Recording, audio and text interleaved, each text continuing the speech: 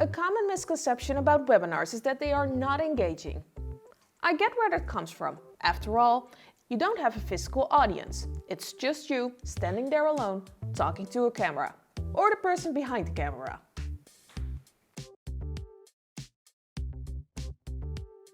But webinars are not just for sending out information. You can create a super interactive webinar, even more interactive than a physical seminar. My name is Caroline from WebinarGeek, and today I will share 5 tips you can use to create interactive and engaging webinars.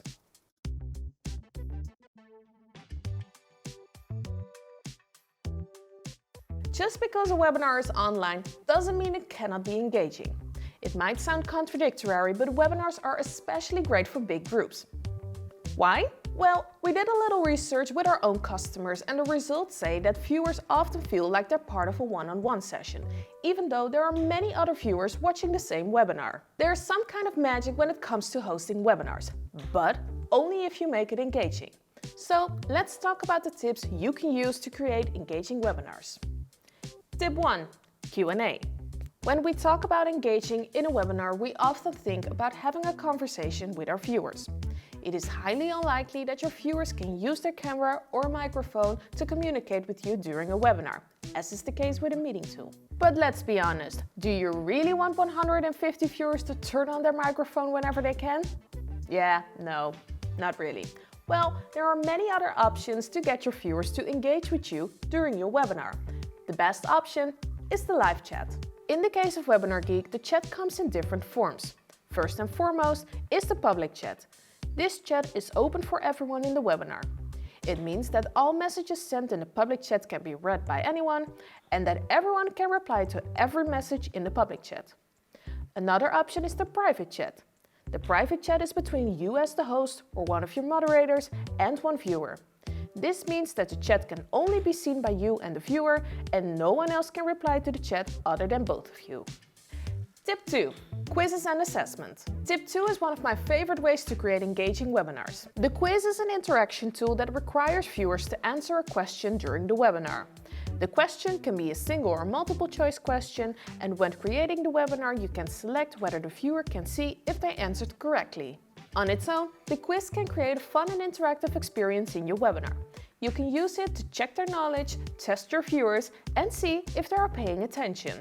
It gets even better when you host a training or a class. You can combine the quizzes with the assessment. The assessment tool allows you to add criteria to your webinar that your viewers have to pass.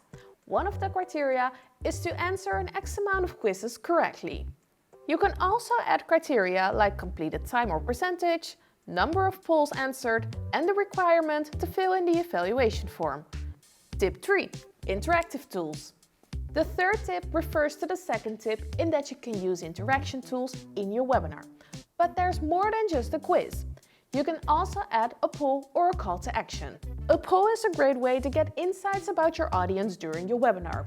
You can ask questions about your subject, your brand, or even your viewers. Think of questions such as, what is your favorite part of this webinar? Do you have any experience with this subject? Or why do you use our product? All of these questions give you insight in who is watching the webinar right now. And because it is live, you can immediately react to the poll results. Next to the poll and the quiz, you can use a call to action. Calls to action are made to get the viewers to take action, hence the name. Let's say you offer a one-on-one session, especially for people that are watching the webinar today. You can use the call to action to forward them to your landing page. Or you can ask them for their contact information with a call to action. It is even possible to prompt your viewers to subscribe to your next webinar with a call to action. Tip 4. Questions prior to the webinar. Tip number 4 is a fun one because it can help you during your webinar but also before the start of your webinar. It's to ask viewers to send in questions prior to the start of your webinar. By doing this, you can manage the expectations that viewers have from your webinar and maybe even tailor the information you share during your webinar to the questions of the audience. This is also a great way to get viewers to keep watching the webinar. By mentioning at the start of the webinar that viewer questions will be answered, people will stick to the end to hear their own questions answered live. Tip 5. More than just you. The last tip I have for you is that a webinar is more than just you and your story. Yes, valuable information and good storytelling are essential elements for hosting great webinars. But if your audience has to look at someone for 30 minutes to an hour, it'll get boring. Instead of trying to keep yourself on camera at all times, try switching it up by adding different elements. Slides are a great way to add more power to your story as long as they are used right. They can become a disability when you use your slides as your personal speaker notes. In other words, putting every single word you're saying on your slides. Picture your audience trying to read everything that is on your slides while also listening to what you're saying. These things do not go hand in hand and eventually your viewers will get lost. Instead, keep the amount of presentation slides to a minimum and make sure that you only add bullet points with less than 3 to 4 words on your slides. Of course, you can add a quote or something, but keep it minimal. If your viewers wanted to read a book, they wouldn't be watching your webinar. Another option is to add videos to your webinar. Videos are a great way to break up your webinar and they can add a lot of valuable information. Here are a few examples of videos you can use for your webinar. A short product demo, a testimonial, an instructional video, or even an expert interview. Think about what types of videos suit your webinar best. Keep in mind that too much of anything is a bad thing, so don't stalk your viewers with video after video. Let's say you have a product demo webinar. For this webinar, you want to show your product in detail and explain how it works. You can use step-by-step video, but to make it even more interactive, you can share your screen and show your audience your product in real time. At WebinarGeek, we love to use screen share to show off new features, but also to add more value in a Q&A session. If someone asks, how do I change the time on my webinar?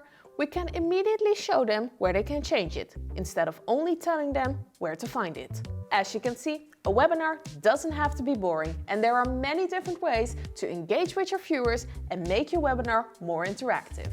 If you enjoyed this video and you want to learn more about webinars, how to host them, what gear to use, and what it is like to work at a tech startup, please subscribe to our channel. Don't forget to click a like on this video and hit that notification bell. And let us know, what is your favorite way of interacting with your viewers? Thank you so much for watching, and we'll see you on the next one.